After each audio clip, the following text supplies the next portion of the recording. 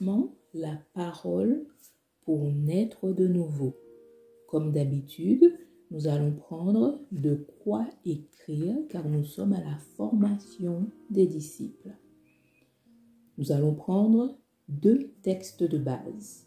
Exode 20, le verset 1 pour commencer, et ensuite Exode 18, verset 19 à 22.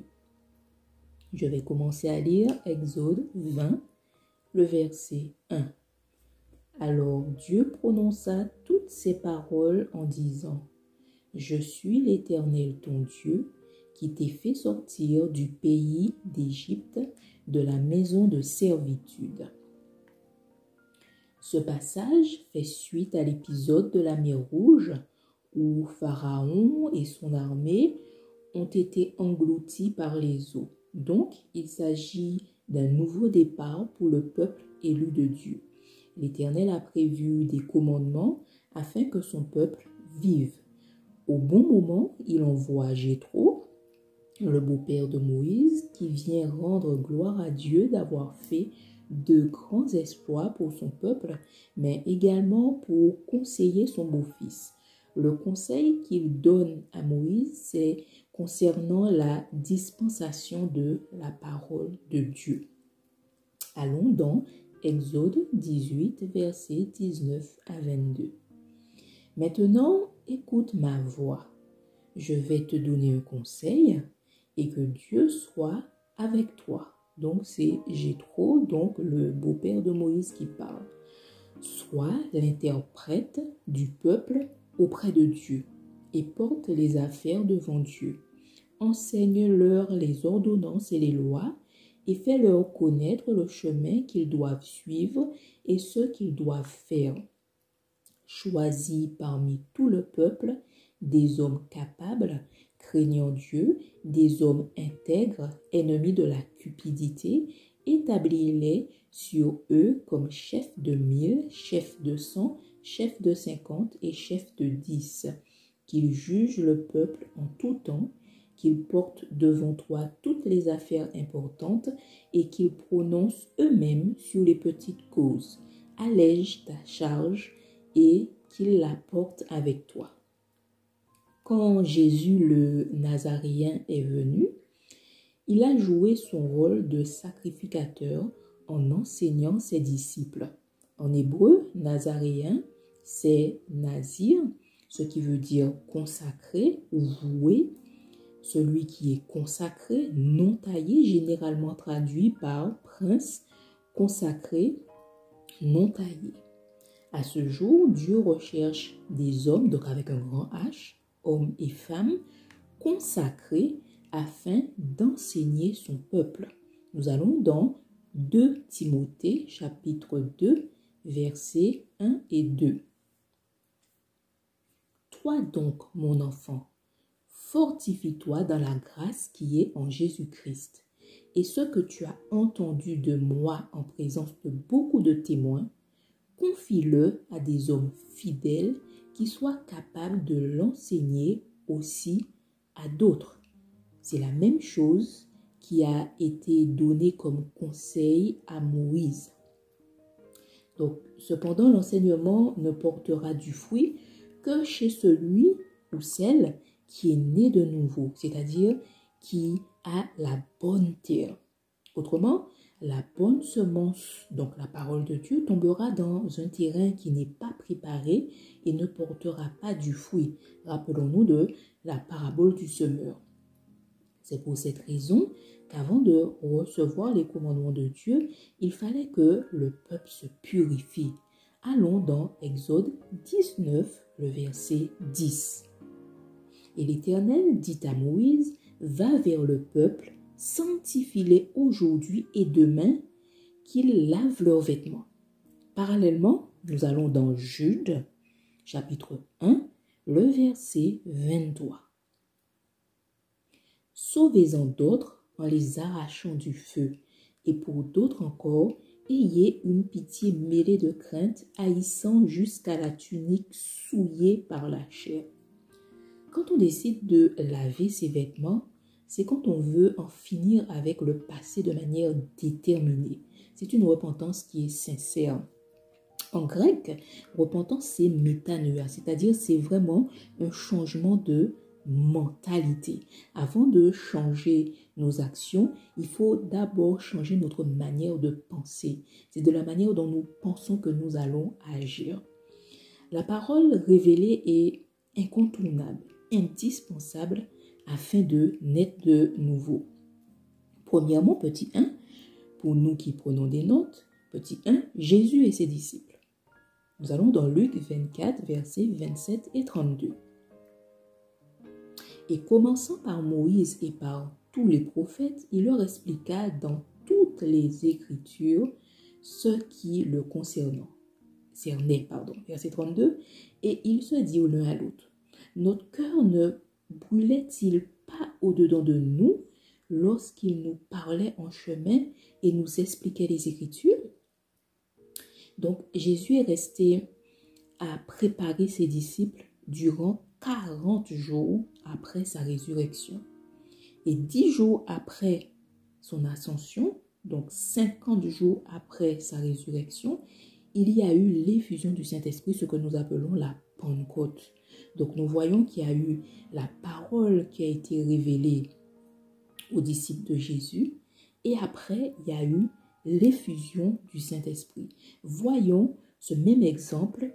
Donc, on est dans notre petit point 2 maintenant, Corneille et ses proches. Nous allons dans Acte 10, versets 43 et 44. Tous les prophètes rendent de lui le témoignage que quiconque croit en lui reçoit par son nom le pardon des péchés. Comme Pierre prononçait encore ces mots, le Saint-Esprit descendit sur tous ceux qui écoutaient la parole. Qu'est-ce qui s'est passé là encore? La parole a été révélée à Corneille et à ses proches par Pierre. Et ensuite, qu'est-ce qui s'est fait? Le Saint-Esprit est descendu sur eux. Pareil que comme quand Jésus parlait avec ses disciples, il leur a expliqué vraiment toute la parole. La parole leur a été révélée. Et 10 jours après, ils reçoivent l'effusion du Saint-Esprit. Donc, nous voyons bien dans le passage que je viens de citer dans Actes des Apôtres que le Saint-Esprit est descendu sur tous ceux qui écoutaient la parole. Il y a une différence entre écouter et entendre. Voyez, pendant que je suis en train de vous parler, s'il y a un bruit extérieur, une voiture qui est en train de passer, vous allez l'entendre.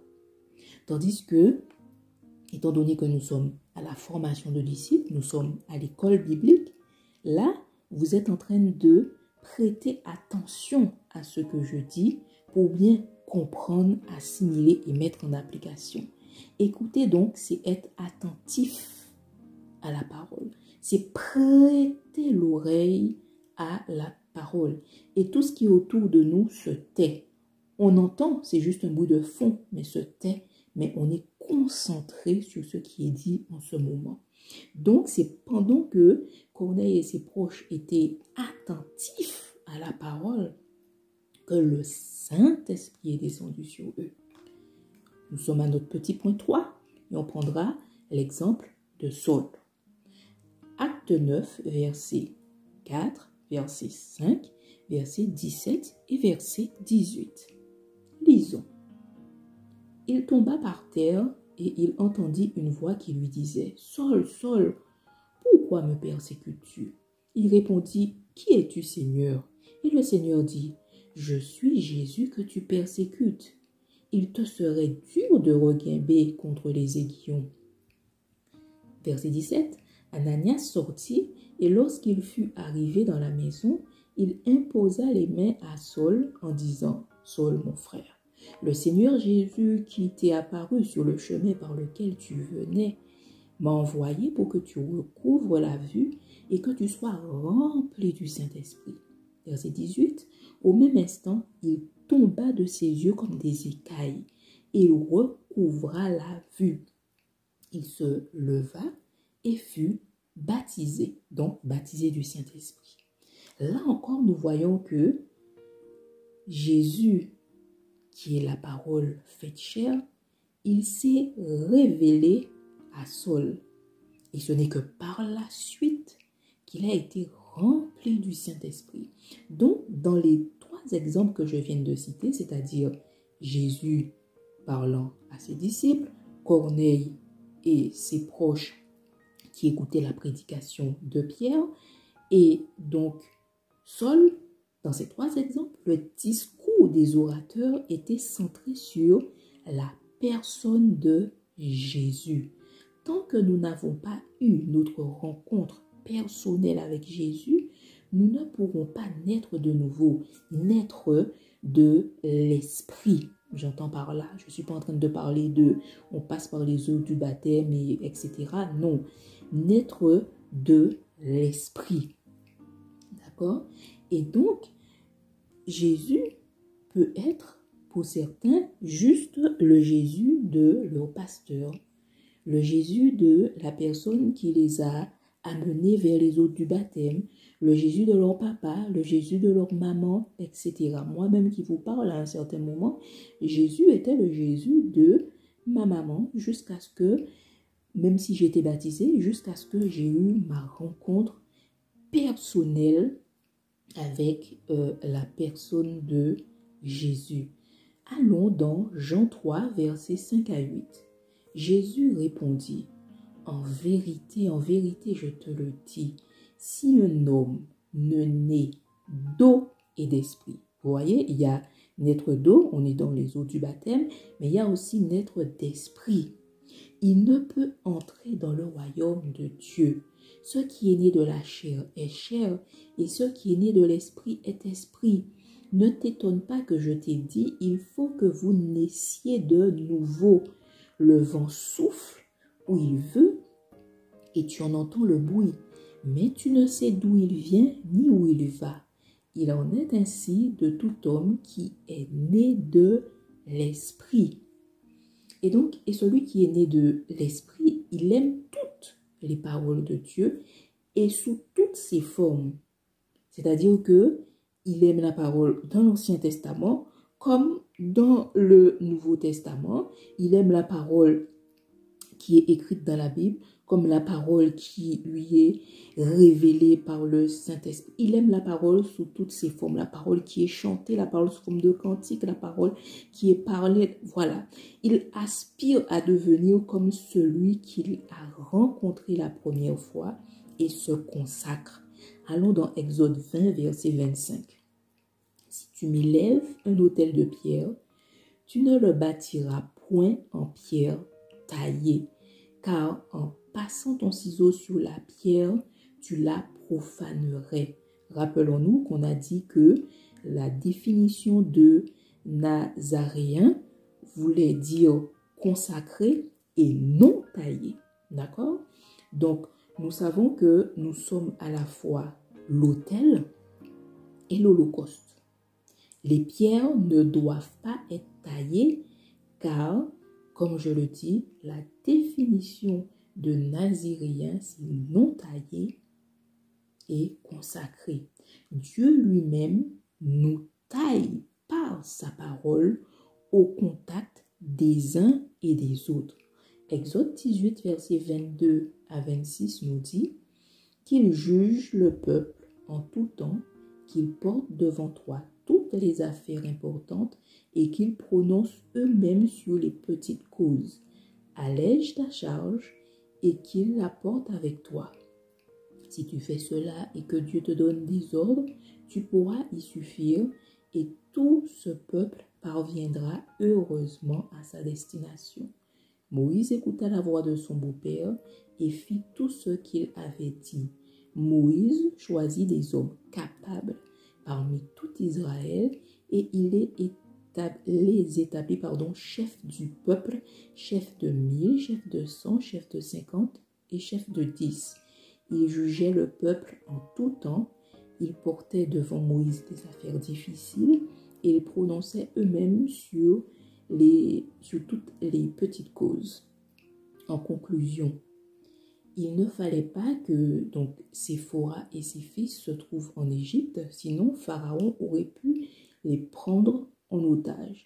Ils sont arrivés au bon moment. Au moment où il y a eu le don de la Torah, c'est-à-dire le don de la parole, le don de l'Ancien Testament. Comme nous savons, le peuple juif, eux, ils n'ont pas le Nouveau Testament, ils fonctionnent avec l'Ancien Testament que nous appelons la Torah. Donc, au moment où Séphora et ses fils sont arrivés, c'est au moment où il y a eu le don de la Torah au mont Sinaï. Et donc, à la même période, il y a eu donc la fête de la Pentecôte que en Israël, ils appellent Shavuot. Donc, nous voyons encore en conclusion qu'il y a eu donc cette même corrélation entre tout d'abord la parole est donnée et après il y a l'effusion du Saint-Esprit. Donc dans la fête de la Pentecôte ou Shavuot, nous voyons que au moment où la Torah a été donnée au mont Sinaï, il y a eu des tonnerres, des trompettes, il y a eu le feu. Donc c'est ça l'effusion du Saint-Esprit. Donc la parole de Dieu pour naître de nouveau, donc pour naître de l'esprit, il le faut que ce soit dans un cœur qui est sincère, dans la bonne terre, quelqu'un qui est consacré, quelqu'un qui aspire à voir encore plus de Dieu. Donc, cette fête que devrait donc célébrer le peuple quand Moïse suppliait Pharaon de laisser aller le peuple, c'était donc cette fête de la Pentecôte. Donc, le fait que Moïse il suppliait, il dit laisse aller le peuple dans le désert pour célébrer, pour fêter l'Éternel. C'était pour fêter, recevoir la parole, recevoir donc l'effusion de l'Esprit de Dieu. Donc ma prière, et prions ensemble au Père dans le nom puissant de Yeshua. Ce que je te demande, je désire rencontrer de manière personnelle Jésus. Je désire vraiment avoir la révélation des paroles. Tout comme Jésus, tu as révélé tes paroles à tes disciples en partant de l'Ancien Testament pour arriver jusqu'à toi. Que toutes tes paroles nous soient révélées au Père dans le nom puissant de Jésus. Saint-Esprit, toi qui es le divin consolateur, toi qui nous as été laissé comme enseignant, enseigne-nous la parole de Dieu. Tombe sur nous, touche-nous, car nous avons soif de toi. Nous aspirons à naître de l'Esprit, afin que toutes tes paroles révélées fassent un en nous, que tes paroles nous transforment, que nous puissions vivre de tes paroles, que nous soyons toujours des assoiffés, des affamés de ta parole, afin que ta parole nous garde, afin que ta parole nous libère, afin que ta parole, ô Éternel, nous aide à passer de tribulation en tribulation. Car oui, tu nous l'as dit dans ta parole que c'est par beaucoup de tribulations qu'il nous faudra parvenir au royaume des cieux. Nous voulons être comme toi, nous voulons te ressembler et nous comprenons que nous ne pouvons pas vivre par la chair, mais il nous faut vivre par l'esprit. Alors, que ton Saint-Esprit souffle sur nous, que ton Saint-Esprit souffle sur nous, que ton Saint-Esprit souffle sur nous en ce moment, que ton Saint-Esprit souffle sur nous en ce moment. Donne-nous la révélation personnelle de la personne de Jésus, afin que jusqu'à ton retour, que nous soyons consacrés à toi, que nous soyons taillés par ta parole et que tu nous donnes la forme que tu veux, que nous puissions répondre à l'appel personnel que tu as pour chacun d'entre nous. Tu nous as appelés à être évangélistes, nous voici. Tu nous as appelés à être pasteurs, nous voici, à être prophètes. Révèle-toi à nous dans le nom puissant de Yeshua Jésus. Amen. L'Évangile Plus vous souhaite un agréable moment sous le regard de Dieu.